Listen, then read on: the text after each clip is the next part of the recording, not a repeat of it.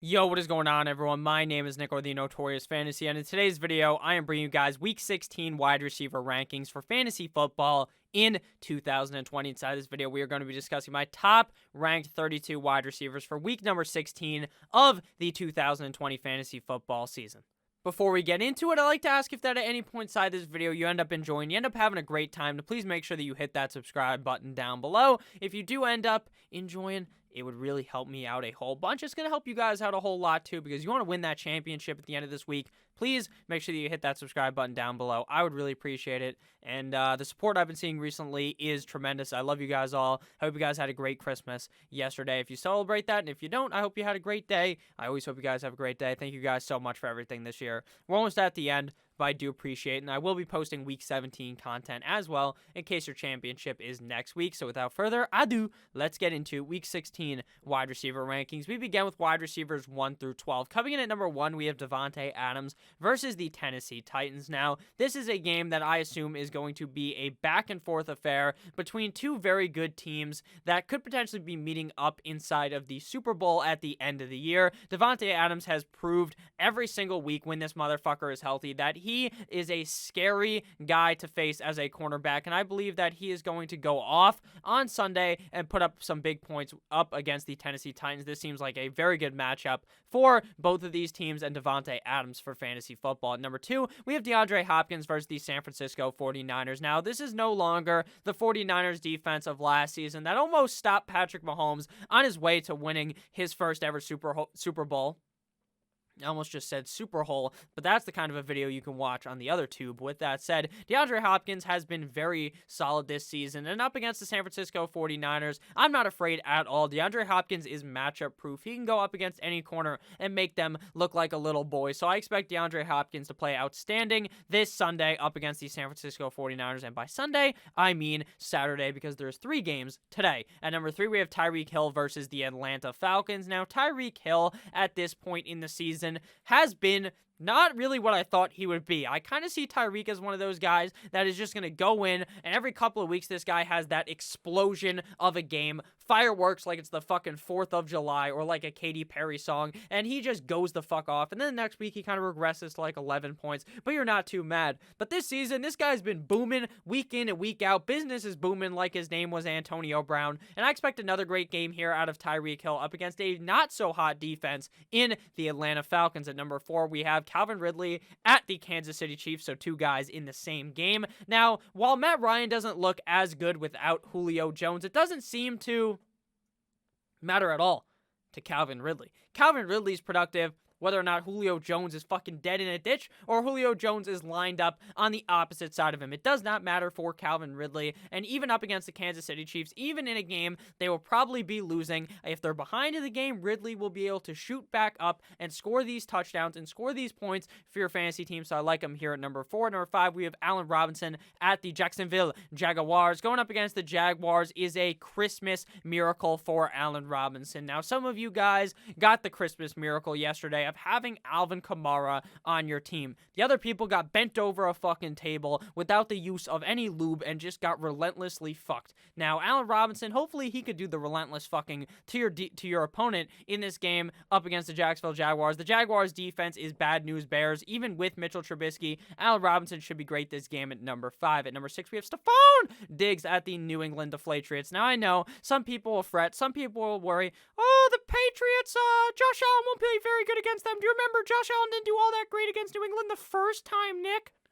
You know what I have to say to you to that? You can look at the top right of the screen because I have moved spots. But with that said, Staphon Digs, it doesn't matter if they're losing. It doesn't matter if they're winning. I expect them to win big against New England. I expect this to be a murder. A murder. And they are going to drive away in a Ford fucking Bronco after this game is over. Staphon Diggs is going to play well. I believe in it. He's very safe on a week-to-week basis and provides a substantial upside to your team. So I really like Diggs this week at number 6. Number 7, we have A.J. Brown at the Green Bay Packers. We just talked about it earlier with Devante Adams. I expect both of these teams to have a very good game and be able to eat like Ezekiel Elliott at Thanksgiving dinner. I think A.J. Brown should be able to fight back here with the Tennessee Titans up against the Green Bay Packers. A.J. Brown has been so so good as of recently. I expect another big spot out of AJ this week at number 7. At number 8, we have Brandon Ayuk at the Arizona Cardinals. Now, there's going to be some worries of people thinking, oh, now George Kittle is back. This game's on Saturday. I'm not too sure I want to buy into Brandon Ayuk. Now, you would have a fucking hole in your head if you don't believe in Brandon Ayuk when Deebo Samuel is out. Brandon Ayuk looks better than Deebo Samuel. Brandon Ayuk looks like he could be one of the better NFL wide receivers for the future. Up against Arizona, if the San Francisco 49ers have any semblance of a real NFL team, they will go up against Arizona and play very well. Brandon Ayuk should play very well in this matchup. He is the wide receiver 1 on this team. The Arizona Cardinals defense isn't all that great. I like Ayuk at number 8. At number 9, we have Bobby Trees at the Seattle Seahawks. Now I know that team got roped.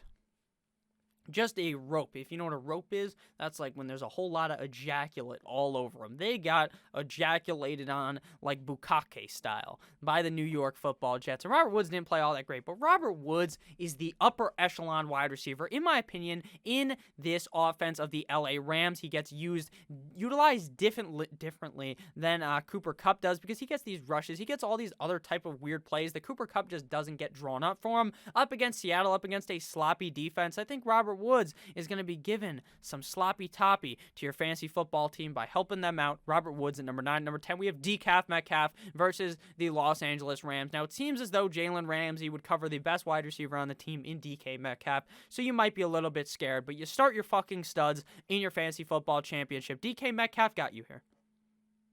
No doubt about that. This man has carried all year long, so you're not going to sit him against the Rams. You're not going to be too worried. Don't fret. Don't fucking run away.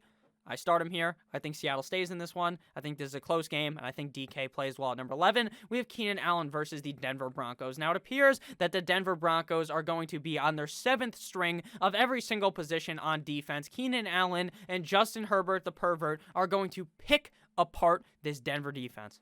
I understand Keenan Allen took a dump on your chest, and unless your name's Odell Beckham Jr., you probably didn't enjoy it, but at the end of the day, he's going to bounce back. He was banged up going into that game. They put him on a snap count. He is free of the snap count, free of Anthony Lynn fucking him in the ass. I like Keenan Allen here versus the Denver Broncos. At number 12, we have Mike Evans at the Detroit Lions. Now, normally, I'm all about the Chris Godwin train, and I still am. I think Godwin's going to have a mighty fine game, but here up against the Detroit Lions, I think Mike Evans provides a different type of value than Chris Godwin, which is scoring tugs. He scores as many tugs as Tom Brady's former owner of the team, Robert Kraft, does at a fucking massage parlor. I think Mike Evans goes balls deep in this Detroit defense at wide receiver number 12. Now, on to wide receiver rankings 13 through 24. If you guys have ended up enjoying, drum roll, please. Hit that subscribe button. There was no need for the drum roll. I just wanted to add it in there for some excellence to the video. Number 13, we have Jarvis Landry at the New York Football Jets. Now, Jarvis Landry knows the Jets well because when he was on the Dolphins, he was running trains on them, just like he's going to do in a Cleveland Browns uniform. The Browns are on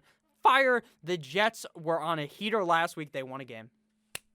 That's the biggest heater they can get on because they haven't won a game all season. This week against the Browns, I expect Jarvis Landry to rip these motherfuckers apart. Wide receiver 13. At number 14, we have Deontay Johnson versus the Indianapolis Colts. Now, last week, I was kind of backpedaling on Deontay Johnson because I was worried that Mike Tomlin was going to end up benching this motherfucker again. The best wide receiver on the team, but the guy has a case of no hands. He can't catch the ball. I don't understand it. I don't know why he can't grip it. I don't get it at all. But last week, this man plays insane in the fucking membrane. This week, up against Indianapolis, up against a tough defense, I don't give a damn.